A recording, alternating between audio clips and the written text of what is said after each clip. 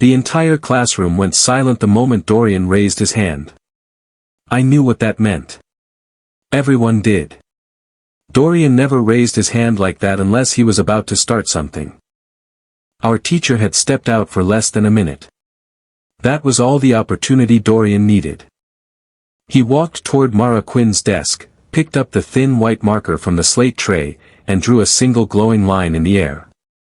The line hovered above Mara's desk, pale blue and almost weightless. Then it began to fade. I remember my stomach dropping. Because Dorian had never lost the stick challenge. Not once. My name is Ollie. I'm not human. I come from a quiet world where danger is rare enough that most of us spend our entire lives learning how to avoid it rather than face it.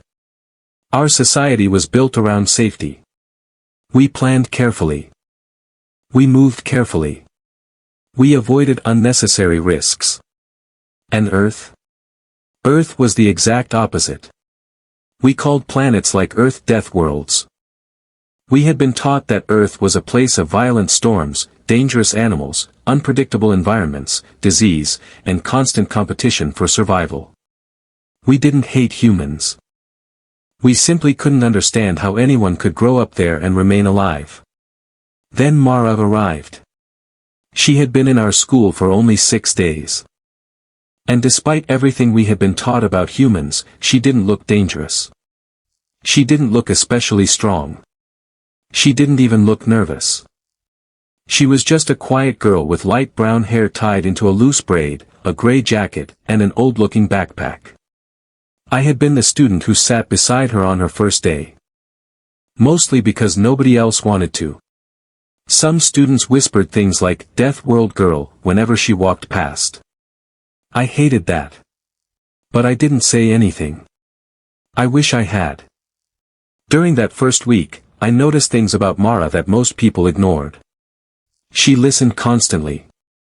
She watched everything. When our teacher explained the rules, Mara took notes without asking anyone to repeat themselves. When the emergency alarm sounded during a routine drill, half the class jumped. Mara barely blinked. Instead, she looked toward the exits. She studied them. Then she calmly returned to her work. One day I asked her about it. She told me that on Earth, a sudden loud noise usually meant something was about to happen. The smart response was to figure out what. Not panic first. Think first. At the time, I thought that was strange. I didn't understand how important those words were. Dorian understood even less. He was the fastest student in our year. He had beaten students older than himself. He had beaten me. And now he had decided Mara would be his next target. He explained the stick challenge to her like she was a little kid. One glowing line. One chance. Touch it before it disappeared. Simple.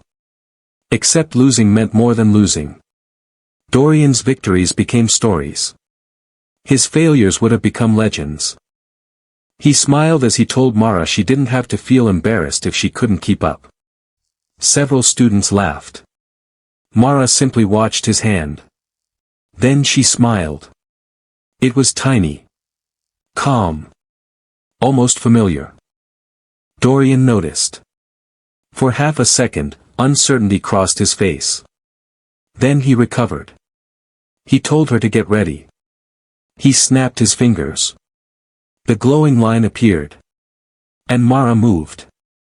To me, it didn't look like movement. It looked like reality had skipped a frame. One instant, her hand rested on the edge of the desk. The next, her fingers were already touching the glowing line. Dorian was still finishing his snap.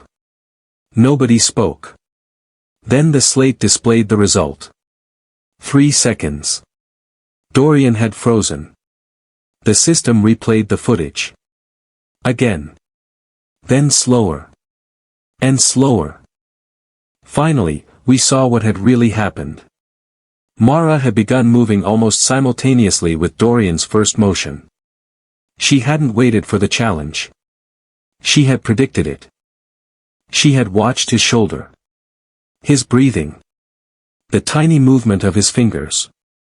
She had recognized the beginning of the action before the rest of us even realized the action had started.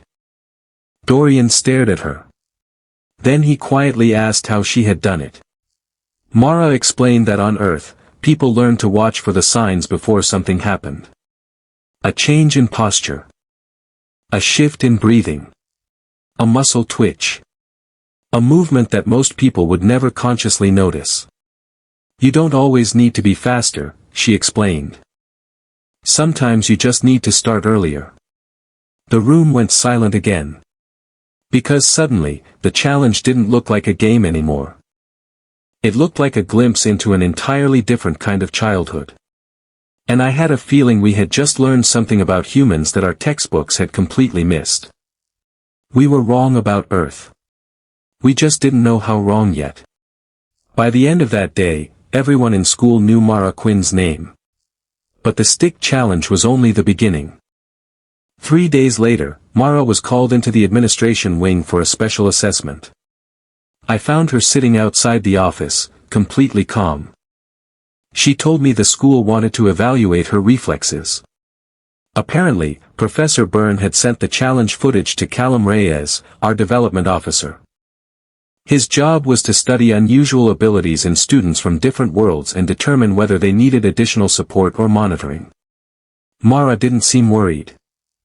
She had already been through plenty of tests since arriving.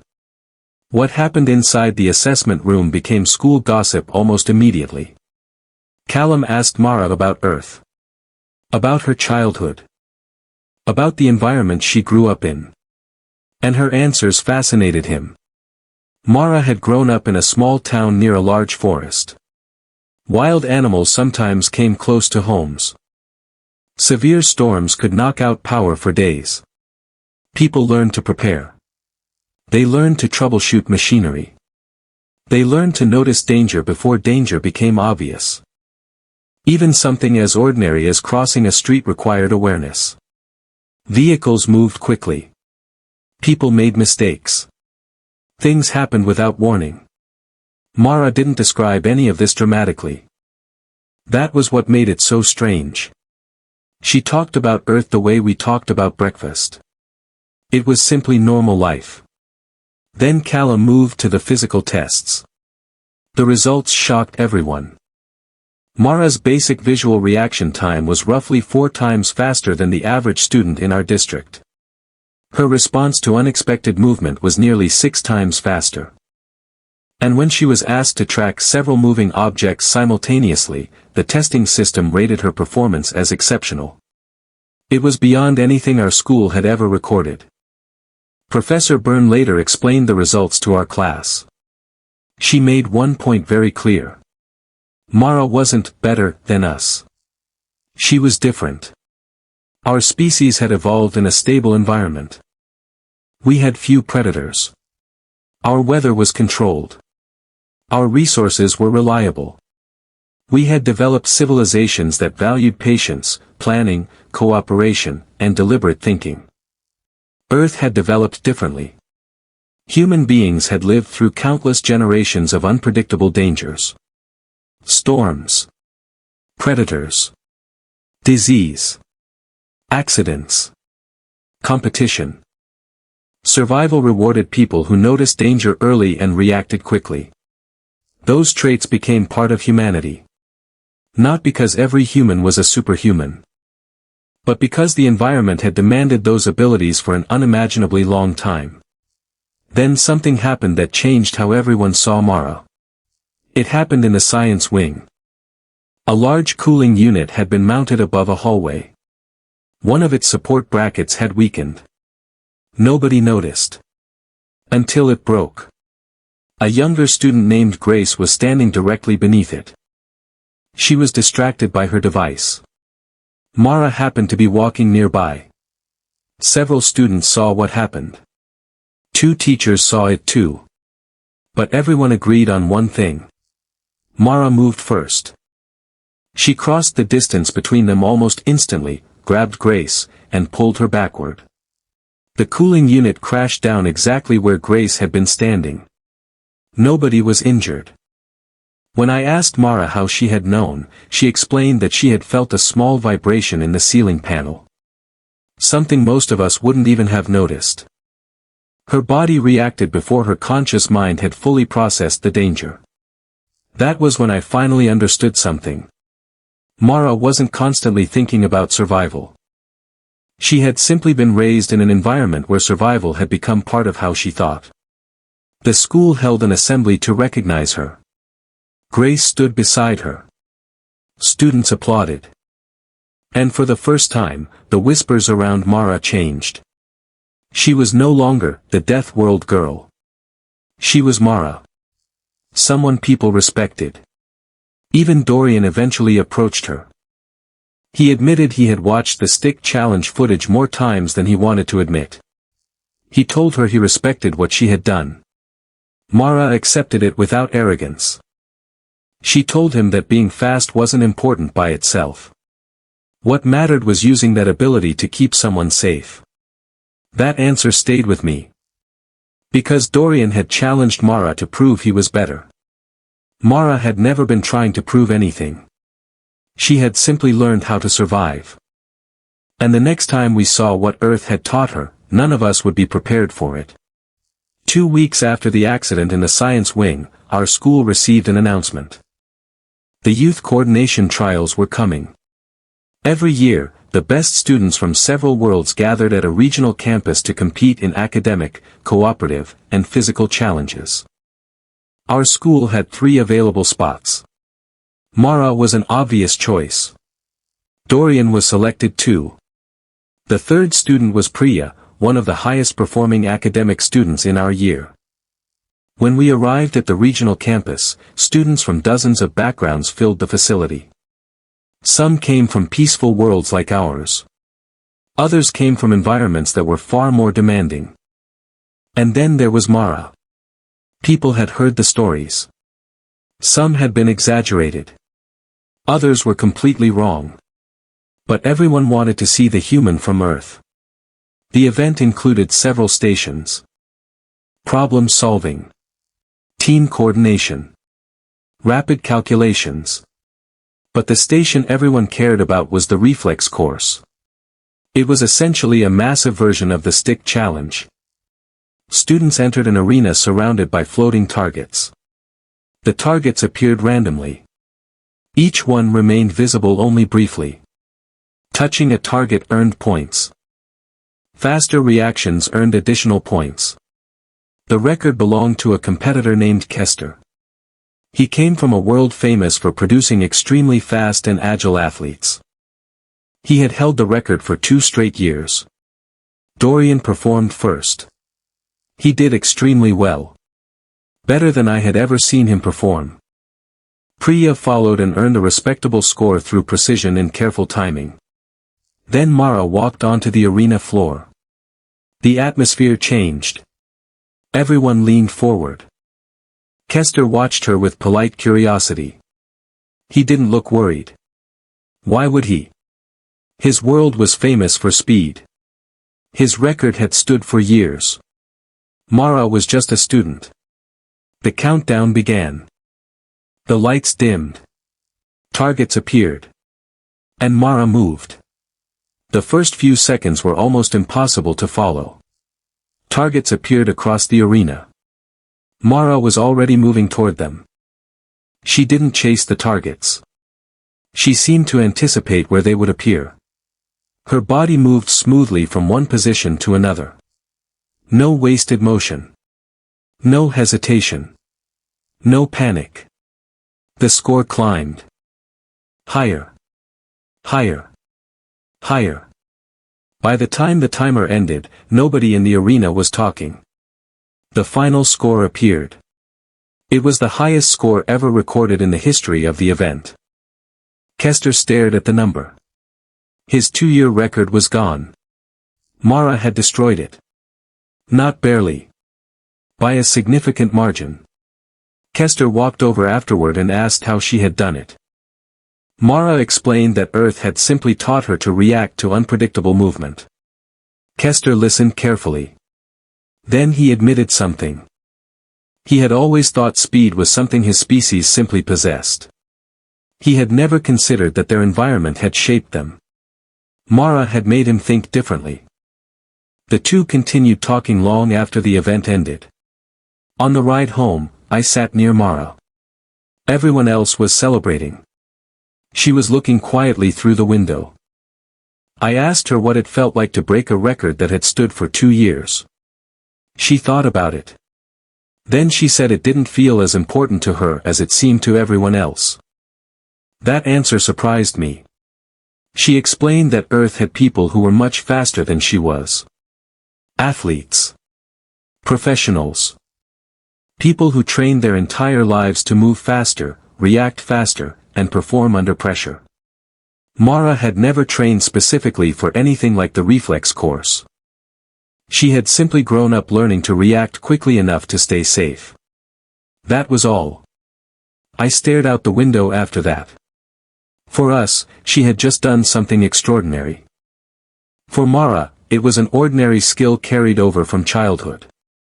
And suddenly I understood the real difference between our worlds. We had developed abilities because our world was safe. Humans had developed abilities because theirs wasn't.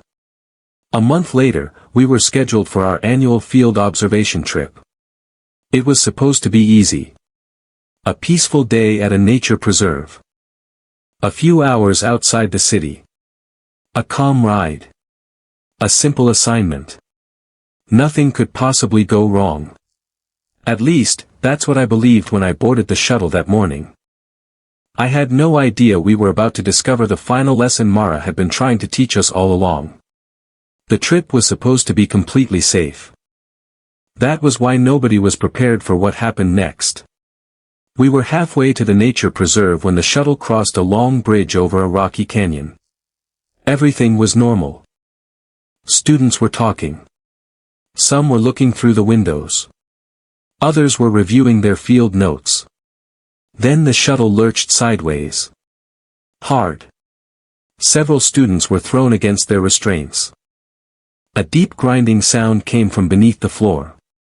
Then the emergency alarm started screaming. The lights flickered. Then went dark.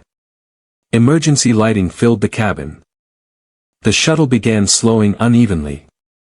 Every few seconds, it jerked violently. I looked out the window. Far below us was the canyon floor. For the first time in my life, I experienced real fear.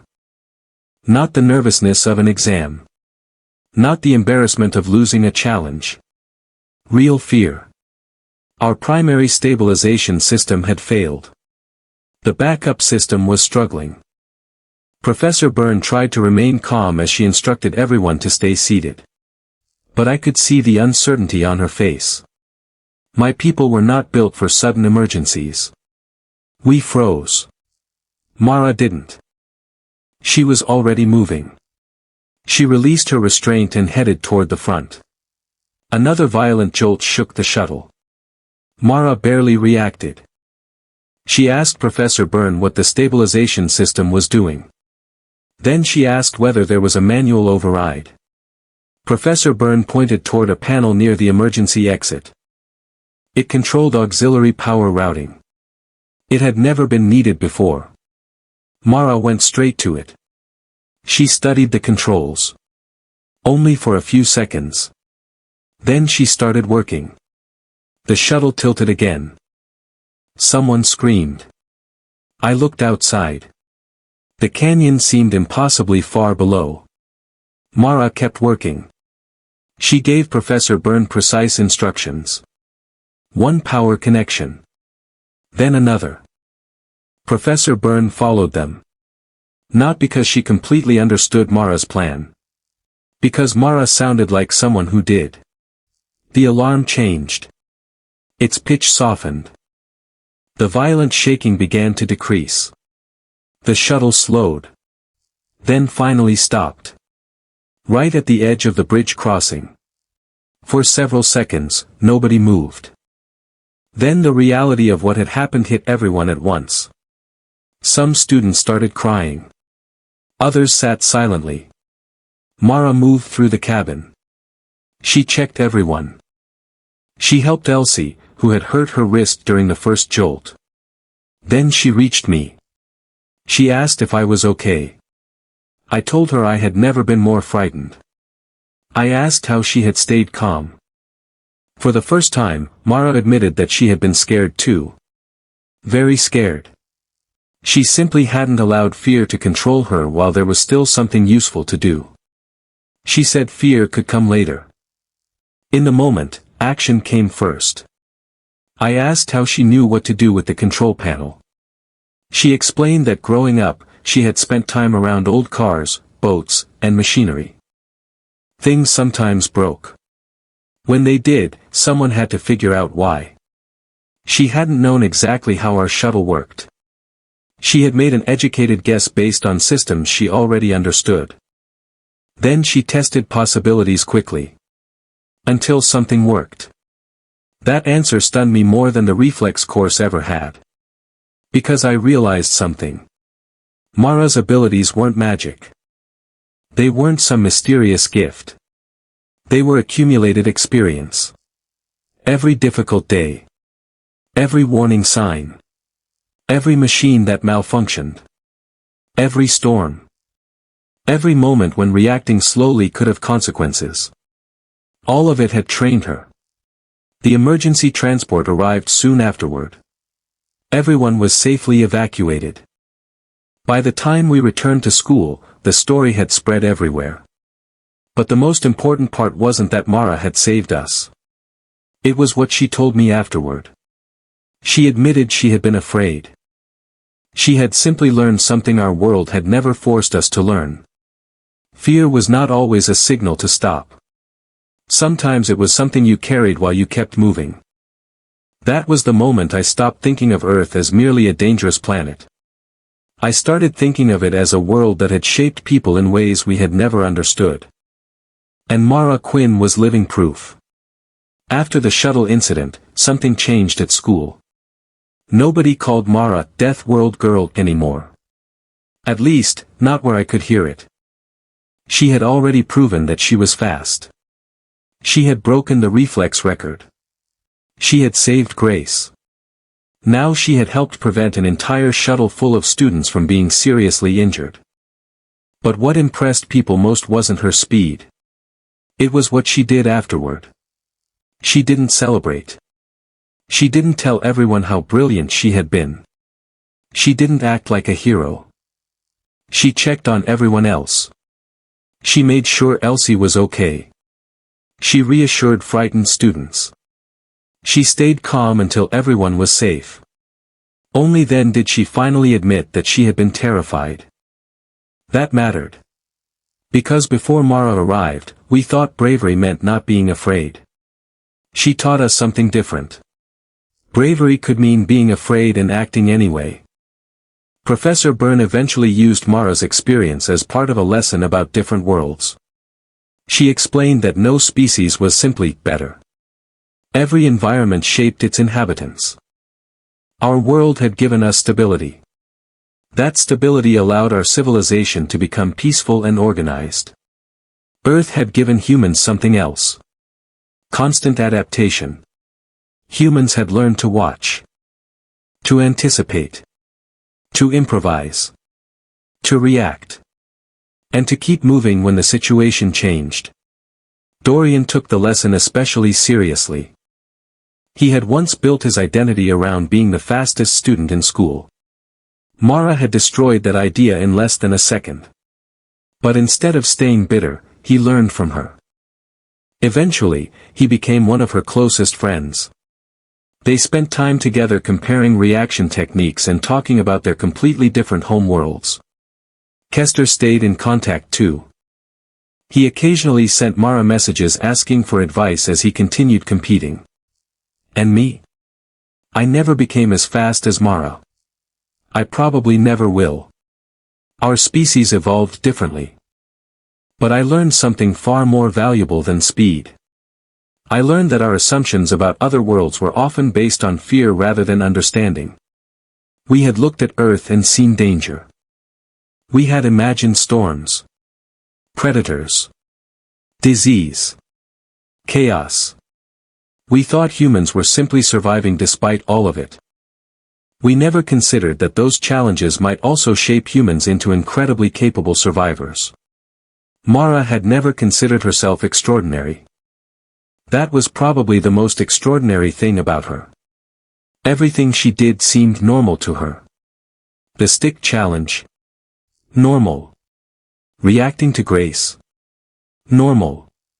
Breaking the regional reflex record. Not especially important. Helping stabilize a failing shuttle.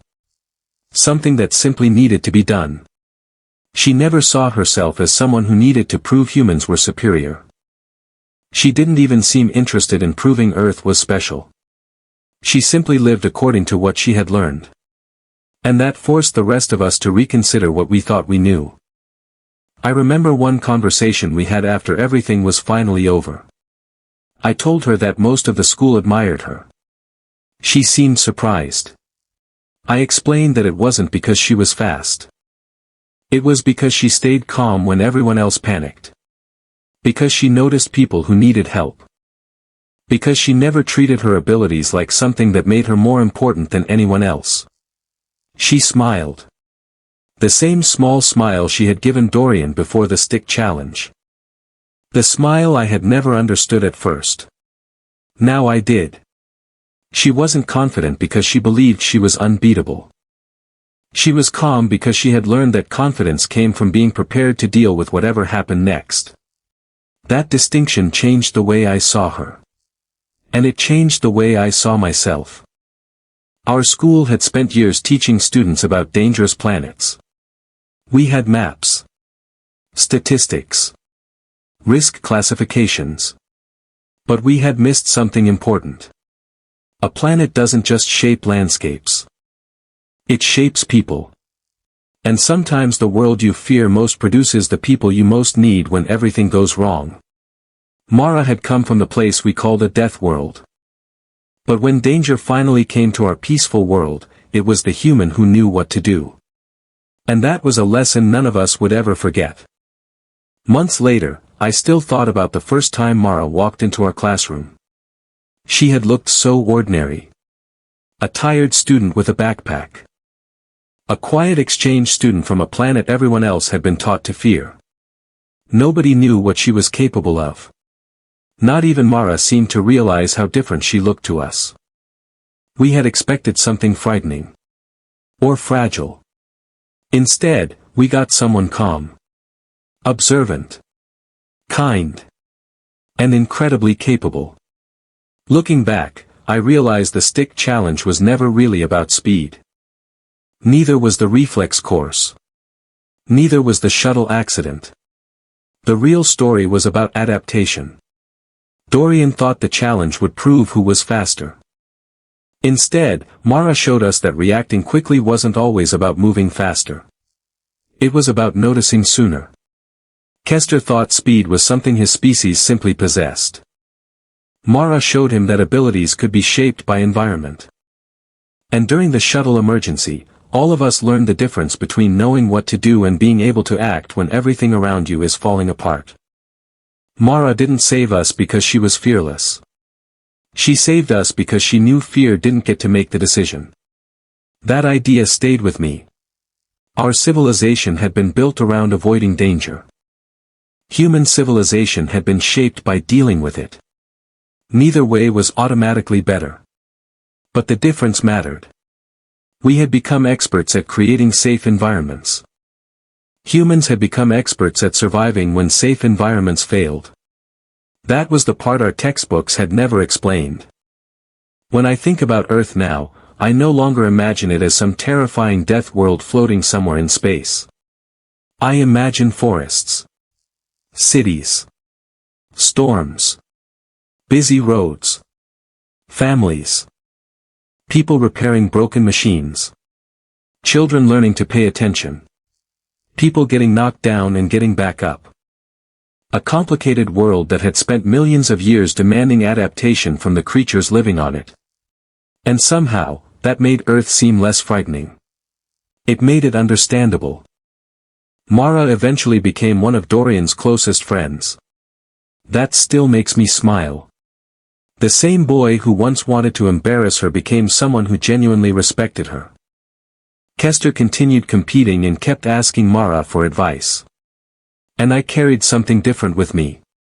I learned that unfamiliar things often seem dangerous because we don't understand them. We had feared humans because we misunderstood what their environment had created. We saw their world and focused on everything that could kill them. We never considered what surviving those things could teach them. Mara taught us. Not through lectures. Not through boasting. Simply by being herself. She showed us that strength doesn't always look powerful. Sometimes it looks like a quiet student sitting at a desk. Sometimes it looks like a hand moving before everyone else understands why. Sometimes it looks like a girl pulling another student out from beneath a falling machine. Sometimes it looks like someone standing inside a shaking shuttle while everyone around her is panicking, calmly searching for a solution. And sometimes strength looks like admitting afterward, I was scared too. That may have been the most important thing Mara ever taught me. Being brave didn't mean you felt nothing. It meant you didn't let fear decide what happened next. I used to think the safest worlds produced the strongest people. Now I understand that strength can come from struggle too. Different worlds create different kinds of people. Different challenges create different instincts. And sometimes the person everyone underestimates is exactly the person everyone needs when the unexpected happens. Somewhere across the galaxy, there are still civilizations that probably look at Earth the way we once did. They see a dangerous planet. A chaotic planet. A world filled with storms, predators, accidents, disease, and uncertainty. Maybe they're right. Earth is dangerous. But they're missing the other half of the story. Because Earth didn't just create danger. It created people who learned how to face it. Mara Quinn was one of them. She never asked us to admire her. She never tried to prove that humans were superior. She simply walked into our peaceful little school, reached for a glowing line, and changed everything we thought we knew. The first time she beat Dorian, we thought we had witnessed an impossible reaction. The second time, when she saved Grace, we realized she could respond to danger. The third time, when she broke the regional record, we realized how extraordinary human instincts could be. And when the shuttle began to fail over that canyon, we finally understood the truth. Mara wasn't extraordinary because Earth had made her invincible. She was extraordinary because Earth had taught her how to keep thinking when things went wrong. And that lesson was worth more than any record. More than any trophy. More than any number on a scoreboard. Because eventually, something goes wrong for everyone. A machine fails. A plan collapses. A warning comes too late. And when that moment arrives, the person who can stay calm enough to act may be worth more than everyone who spent their life preparing for a world where nothing ever goes wrong. I came from a world where danger was almost impossible to imagine. Mara came from one where danger was part of everyday life. And somehow, the person from the dangerous world taught all of us from the safe one how to survive. That is why I will never forget Mara Quinn. Not because she was the fastest person I had ever seen. Not because she broke a record. Not because she came from Earth. I remember her because she proved something I wish I had understood sooner. Sometimes the quietest person in the room is carrying the strongest survival instinct in the entire room. And sometimes the world you were taught to fear is the world that teaches someone exactly what you need to learn.